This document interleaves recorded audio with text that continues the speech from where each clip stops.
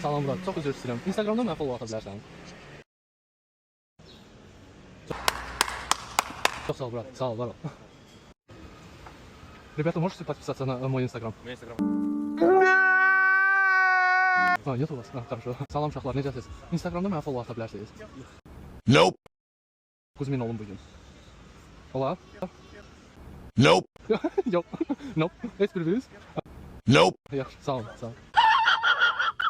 Salam aleyküm dostlar, necəsiniz? Instagramda mənə follow ata bilərsiniz. Allah. İşlədirsən sən? Buyur, adın necə? Var mı? Sağ olun arkadaşlar. Sağ olun. Prosto deyəsən bir dənə qalıb. Sağ olun, sağ olun. Salam qızlar, çox üzr istəyirəm. Instagramda mənə follow ata bilərsiniz. İyi bu. Aha, Nuri gəlir. Siz də atarsınız sonra. Ha, təşəkkür edirəm. Salam aleyküm dostlar, necəsiniz? Üzrü sayın narahat edirəm. Instagramda mənə follow ata bilərsiniz. Instagramda follow. Hə. Ne videosu? Prank videoları. Sağ ol. Çox sağ ol. Salam dostlar, axşamınız xeyir. Instagramda mənə follow ata bilərsiniz. Atım? Çox sağ ol, var olun.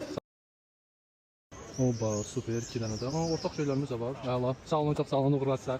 Salam dostlar, axşamınız xeyir. Üzrü sayın narahat edirəm. Instagramda mənə follow edə bilərsiniz.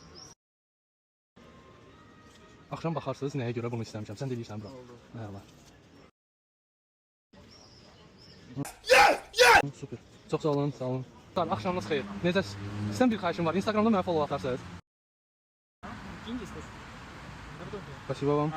Спасибо. Благодарю. Salam xanım, çox üzr istəyirəm. Instagramda mənə follow ata bilərsiniz. Follow.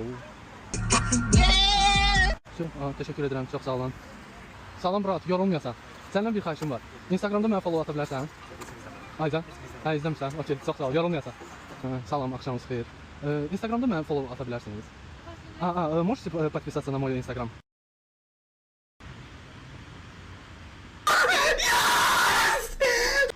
Çok, спасибо.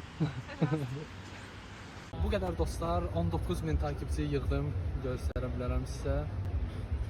Kontenti bitirdim. Artıq çıxdı, lap yaxşı. İzləmədə qalın, bundan da maraqlı kontentlər olacaq.